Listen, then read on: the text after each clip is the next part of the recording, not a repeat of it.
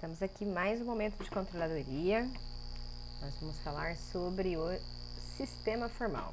Então, falamos nos últimos dias sobre esse subsistema institucional e agora eu vou falar um pouquinho mais sobre os sistemas, mas com uma ótica mais rápida, talvez, dos outros subsistemas. Bom, o formal, como o próprio nome diz, é aquele que recebe a estrutura da gestão, ele formaliza aquela parte administrativa, define a autoridade, responsabilidades. E esse ponto é um ponto bem interessante porque nós temos empresas tradicionais com um subsistema formal muito bem definido, estruturado, com organograma, com tudo que é distribuição de atividades e de responsabilidades bem determinadas. E nós temos empresas onde isso também não é tão fácil de enxergar. De qualquer forma, para a literatura, né, esse subsistema é a estrutura administrativa da empresa, a parte de autoridade e de responsabilidade. E parte do subsistema formal, ele vai ser parte também do subsistema físico operacional, ou seja, eu preciso de pessoas que vão estar operando em determinadas áreas de atuação e eu preciso cuidar para que essas responsabilidades, essa autoridade exista. E aí eu usei aqui um exemplo para vocês da Natura, então a estrutura da Natura, ela as tarefas são ainda pela própria estrutura da empresa, com característica daquele organograma padrão, onde você tem a Assembleia de Acionistas, o Conselho de Administração, que está fora, olhando tudo que está acontecendo dentro da empresa. E então lá embaixo nós temos os CIOs separados por empresas, né? Pode perceber que a auditoria está fora do âmbito dessas gestões dos executivos, né? Então, provavelmente o que a gente percebe aqui é que os níveis estratégicos eles estão bem alinhados. Eu tenho um momento onde eu tenho a governança, eu tenho o comitê de organização, desenvolvimento organizacional, comitê estratégico, né? O grupo operacional também, e o Comitê de Auditoria e Gestão de Riscos. Eles são todos na mesma base, né, entre a operação e a alta administração. Então, eles são todos comitês, ou seja, são estruturas formais de vigilâncias também. Só que, como a gente pode perceber, cada um no seu quadrado. Outra coisa que também dá para perceber é que a hora que você expõe a um terceiro que vê, por exemplo, as ações da Natura, que compra, que quer adquirir, aqui no ambiente formal ele percebe que a auditoria externa está fora do ambiente de gestão administrativa, né? Isso é bem interessante, porque gera confiança.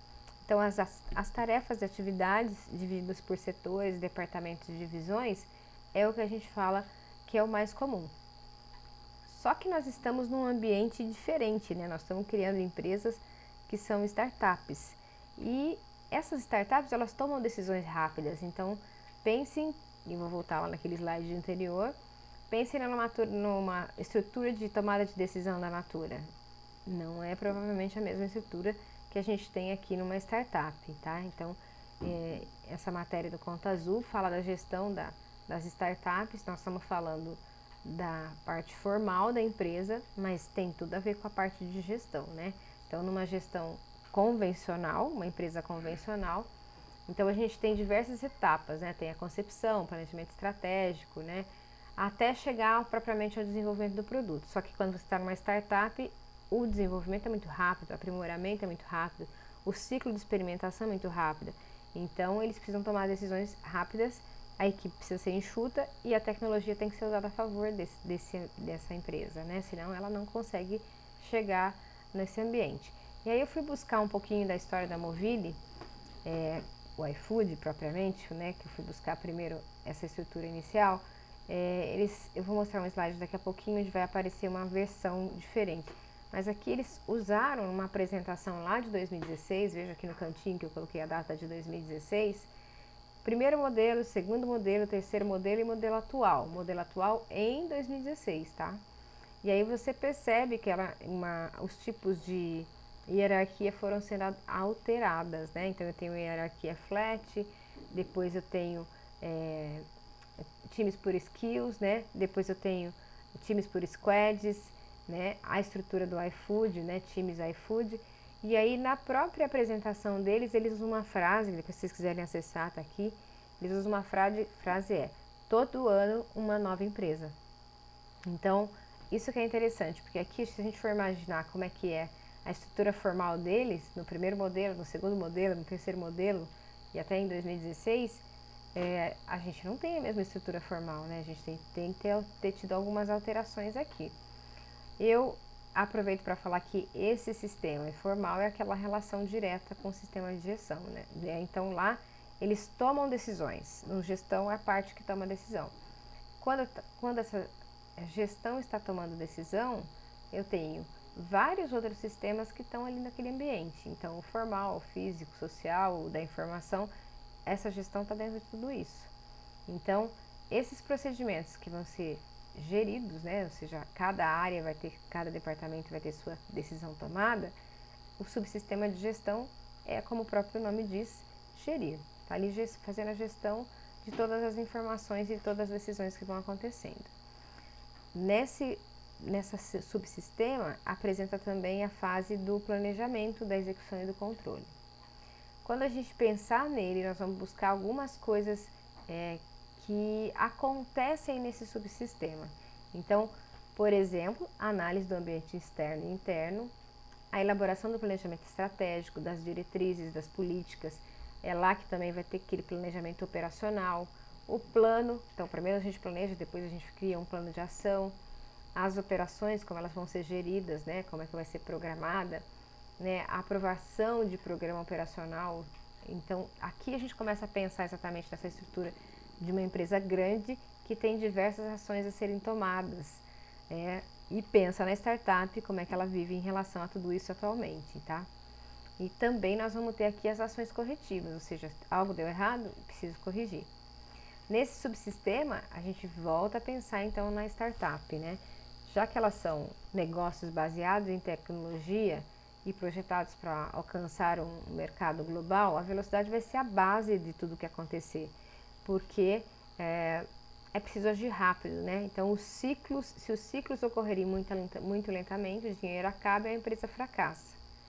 Então, a Forbes fala que 90% das mortalidades das startups está relacionada a isso. E aqui, só para comprovar um pouquinho do que eu falei para vocês, das mudanças, eu baixei um e-book, né, da Movile, que mostra como está o grupo hoje, né, e olha só a grande diferença, né. Então, quando a gente pensa nisso, eles colocam uma frase dizendo assim, importante, essa é a formatação de hoje, maio de 2019, tudo pode ser diferente daqui a pouco. E eles falam que eles são um ecossistema de empresas, que juntas fazem parte do dia a dia das pessoas, desde o momento que elas acordam até a hora que ela vai dormir. E aí eles usam um logo, né, um hashtag lá que é Fast Together. Então ele traduz muito bem o que acreditamos e o que estamos produzindo aqui. Sabemos que juntos vamos andar cada vez mais rápido, vamos mais longe e vamos impactar mais vidas. Somos um ecossistema com grandes empresas e desafios. Um mundo de oportunidades para explorar. Então, essa é a visão que se tem hoje da parte de gestão, né? Então, bem interessante, vale a pena entrar nesse link e observar. E aqui entra também o último subsistema que eu vou falar hoje, que é o subsistema da informação.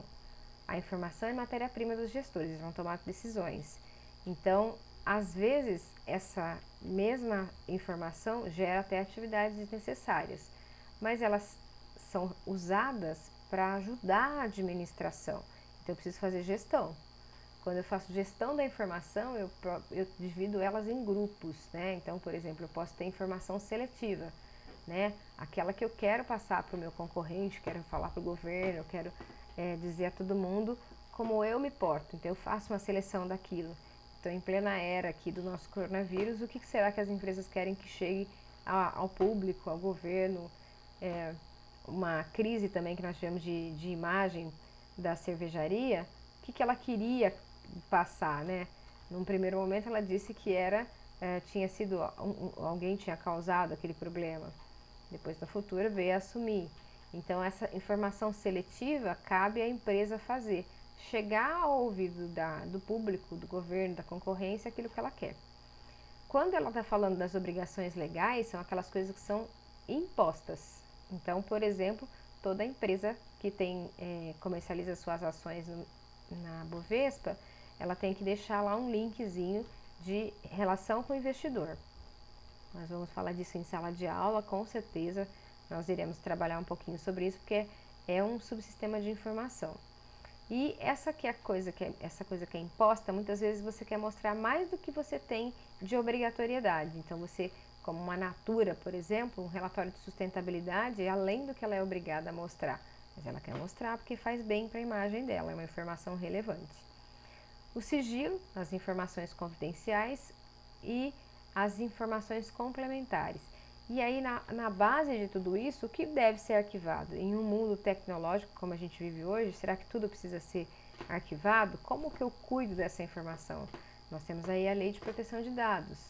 Como é que a informação fica guardada? Como o banco de dados fica pronto ali, guardado, seguro? Então, Padovese traz uma reflexão. Quais são as informações necessárias para o controle? Então, é importante a gente pensar que nós temos diversos tipos de informações e que esse alerta do Padovese é muito interessante, né? Quando chega nesse ponto, nós temos aí duas características principais em relação ao que vai ser utilizado. Então, nós temos o subsistema gerencial, que é onde as atividades administrativas vão estar sendo monitoradas, onde está tendo controle. Nós temos o estratégico, né, que é a base para a gente atacar aquilo que foi planejado. Nós temos o nível operacional, que é ali onde se faz a parte de acompanhamento das transações, né, das coisas que estão sendo acontecendo, a venda, as receitas, depósito.